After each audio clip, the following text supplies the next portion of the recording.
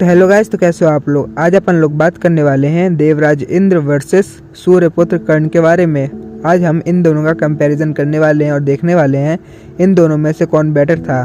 तो चलिए ये वीडियो शुरू करते हैं। जय श्री राम। सबसे पहले बात कर लेते हैं देवराज इंद्र के बारे में। तो देवराज इंद्र देवताओं के राजा थे।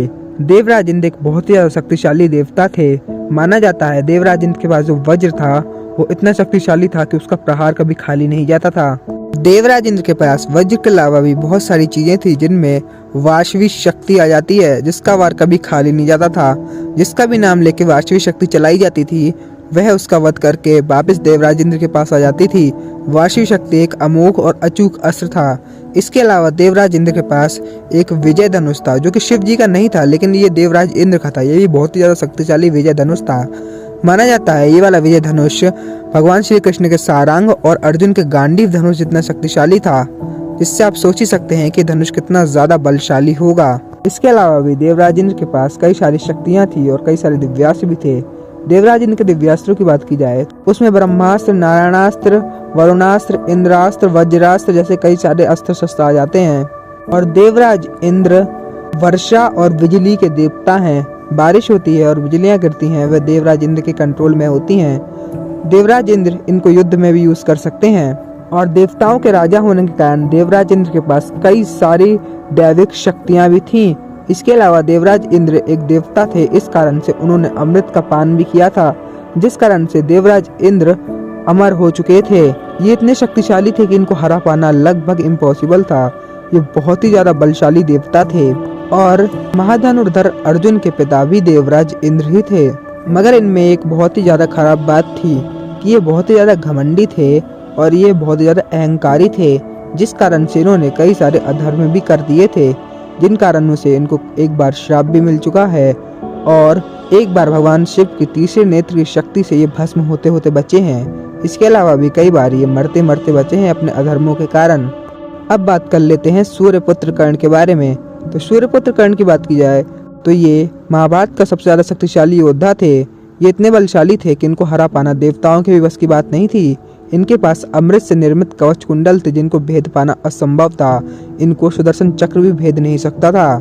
इनके पास विजय धनुष था जो कि स्वयं देवों के देव महादेव का था। इनके पास दुनिया में सबसे ज्यादा अस्त्र शस्त्र थे, जिसमें पशुपतास्त्र, नारायणास्त्र, वैष्णवास्त्र, भार्गवास्त्र, ब्रह्मास्त्र, ब्रह्मशीरास्त्र जैसे अस्त्र शस्त्र थे। इसके अलावा इनके पास वाशवी शक्ति भी थी और इनके तपोबल से बना हुआ सर्पमुखी अस्त्र भी था इनके पास। माना जाता है भगवान परशुराम जी ने अपने सभी दिव्यास्त्र और सभी विद्या जो कुछ उन्हें शिव जी ने सिखाया था, सब कुछ उन्होंने अपने प्रिय शिष्य कर्ण को दे दिया था, जिस कारण से कर्ण अजय अमर हो चुका था। कर्ण को हरा पाना असंभव था। और महाभारत में ये मेंशन मिलता है कि कर्ण सूर्यदेव का पुत्र था और आप कर्ण को सूर्यदेव का अवतार भी कह सकते हैं। महाभारत के अनुसार सूर्यदेव ने अपने आप को 2 पार्ट में डिवाइड कर लिया था और आधे पार्ट से उन्होंने कर्ण बन के धरती में जन्म लिया था। कर्ण इतने शक्तिशाली थे कि इन्होंने घटोत्कच की 1000 मायाओं को काट दिया था। घटोत्कच से फेंके हुए शिव जी के वज्र को अपने हाथों से पकड़ लिया था। घटोत्कच के दिव्य चक्र को भी आम तीरों से नष्ट कर दिया था। देवराज इंद्र ने घटोत्कच को कई सारी दैविक शक्तियां दी थी, पर कर्ण ने उन सबको नष्ट करके रख दिया था। कर्ण ने अर्जुन के ब्रह्मास्त्र को अपने आम तीरों से ही काट डाला था। कर्ण ने अर्जुन के गांडीव धनुष की 11 प्रत्यंचाओं को लगातार काट डाला था। कर्ण ने दिग्विजय में समग्र पृथ्वी को जीत लिया था, वो भी बड़ी आसानी से।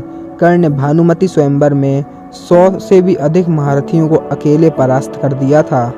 कर्ण ने अनडिफीटेबल भागदत्त जो कि इंद्र का दोस्त था उसको भी बड़ी आसानी से परास्त किया था।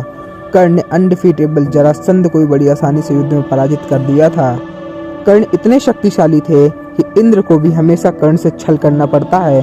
कर्ण को जो भगवान परशुराम जी ने श्राप दिया था उसके पीछे भी इंद्र का छल था। और कर्ण को जो कवच कुंडल दान करने पड़ गए थे वह भिक्षुक बन के जो आया था वो भी इंद्र ही थे। और कर्ण को जितने भी श्राप मिले थे उन सब में इंद्र का हाथ था। इंद्र ने हमेशा ही कर्ण के साथ छल किया था। अब बात कर लेते हैं अगर इन दोनों का युद्ध होता तो क्या होता।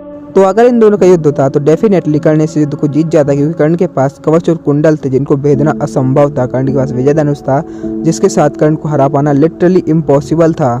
और सूर्यदेव ने भी कहा था कि कर्ण अपने कवच कुंडलों के साथ अर्जुन और इंद्र दोनों को एक साथ परास्त कर सकता है। श्री कृष्ण भी कहते हैं कि कर्ण इंद्र को भी आसानी से परास्त कर सकता है और सभी देवताओं को भी कर्ण आसानी से परास्त कर सकता है। तो इस वीडियो के हिसाब से कर्ण इंद्रदेव से बेटर है। तो आपको कौन ज्यादा बेटर लगता है कमेंट सेक्शन में बताइए। इस वीडियो को लाइक कर दीजिए, इस वीडियो को शेयर कर दीजिए।